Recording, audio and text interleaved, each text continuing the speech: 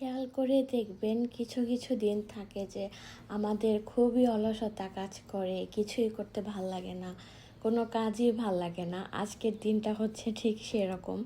কিন্তু কিছু কাজ আছে যেগুলো হচ্ছে নিজের হাতে না করলেই নয়। এই বেসটা হচ্ছে আমি ফ্লাওয়ার দিয়ে ডেকোরেট করব, এর জন্য এনে রাখছি। কিন্তু সিচুয়েশন, সুযোগ সুবিধা মানে সময় সব কিছু মিলে কিছুই মানে মনে হচ্ছে করতে পারতেছি না। ডাইসো থেকে কালারফুল মার্বেলগুলো এনে যদি আমি আজকে এটা ডেকোরেট করতাম, হয়তো দেখতে খুব সুন্দর লাগতো। কিন্তু যেহেতু এখন আমার এটা হচ্ছে না, তো আপাতত আমি হচ্ছে এভাবেই নিজের মতো করে জাস্ট ডেকোরেট করে রাখলাম। অ্যাটলিস্ট কাজটা আর কি কমপ্লিট হলো। মাশাআল্লাহ, ডেকোরেট করার পর হচ্ছে আমার রুমটা দেখতে একদমই কমপ্লিট মনে হচ্ছে। এতদিন পর্যন্ত আমার কাছে মনে হয়েছে যে কিছু একটা মিসিং, কিন্তু এখন হচ্ছে রুমটা দেখে ওরকম মনে হচ্ছে না যে কিছু একটা মিসিং বা কিছু। এখন মনে হচ্ছে পুরোপুরি কমপ্লিট।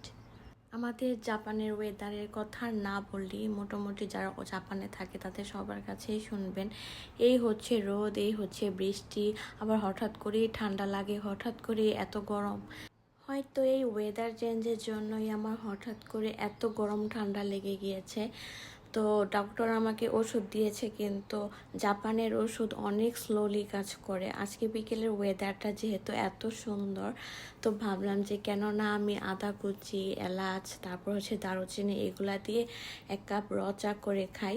আমি হচ্ছে বারান্দায় দাঁড়িয়ে দাঁড়িয়ে ভাবে র চা দিয়ে বিস্কিট দিয়ে খাচ্ছিলাম, খুবই ভালো লাগছিল। আর আজকে হচ্ছে আমি কোনো রান্না বান্নাই করিনি, কারণ আমার হচ্ছে অনেক দিন যাবৎ কাচ্চি খেতে ইচ্ছা হচ্ছিল। তো লাস্ট আমার হাজবেন্ডকে আজকে বললাম যে আমার অনেক কাচ্চি খেতে ইচ্ছা হয়েছে, যেহেতু আমাদের এখান থেকে হালাল রেস্টুরেন্টগুলো অনেক দূরে, তো সচরাচর তো আসলে হালাল খাবার পাওয়া যায় না। মজার ব্যাপার হচ্ছে আমাদের এখানে কিন্তু এখন বাংলাদেশের একদম দেশি মাছ পাওয়া যায়, যেগুলাতে চাষ করা মাছের কোনো গন্ধই নেই। অ্যাটলিস্ট আমি তো খেতে পারি, আমি যেহেতু চাষের মাছ খেতে পারতাম না বা পারি না, তো আমার জন্য তো অনেক গুড একটা নিউজ এইটা। আজকে চিন্তা করেছি এই গুলশা মাছগুলা একদম আমার আম্মুর স্টাইলে, দেশীয় স্টাইলে আমি হচ্ছে আলু বেগুনের ঝোল করব। রান্নার যে রেগুলার মশলা সেগুলাই হচ্ছে আমি ভালো করে কষিয়ে নিচ্ছি, এবং সেগুলোর সাথে আদা রসুনের পেস্টও দিয়ে দিলাম।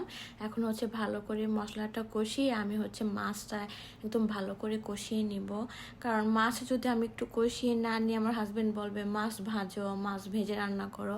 কিন্তু এই মাছগুলো আমি একদমই ভেজে রান্না করতে চাচ্ছি না, তাহলে টেস্টটাই চেঞ্জ হয়ে যাবে। এরপর হচ্ছে আমি আলুগুলা মশলার মধ্যে একটু কষিয়ে এখন বেগুন দিয়ে দিব। বেগুন আর আলু হচ্ছে আমি একসঙ্গে এখন কষিয়ে নিব। এদিকে হচ্ছে এগুলো আমি ভালো মতো কষিয়ে নিচ্ছি, আর ওইদিকে হচ্ছে আমি ফ্রিজ থেকে একটা টমেটো বের করে নিলাম। একটা টমেটো হচ্ছে আমি কয়েক পিস করে কেটে এখন এই ঝোলের মধ্যে দিয়ে দিব। আজকে ঝোলটা কিন্তু একদম পাতলা ঝোল হবে, একদম আমার ফেভারিট। এরপর হচ্ছে আমি মাছগুলো দিয়ে দিলাম, এখন হচ্ছে ধনিয়া পাতা ছিটিয়ে দিলাম।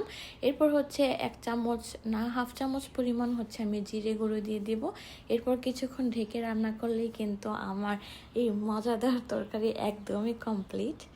আলহামদুলিল্লাহ, জাপানে এরকম টাটকা দেশি মাছের ঝোল দিয়ে ভাত খাওয়া আসলে আমার আনএক্সপেক্টেড ছিল এটা। তো এইভাবে আমাদের দিন যাচ্ছে। তো আজকের ভিডিওটা এ পর্যন্তই। সব ভালো থাকবেন, সুস্থ থাকবেন, আমাদের জন্য দোয়া করবেন। আল্লাহ হাফেজ।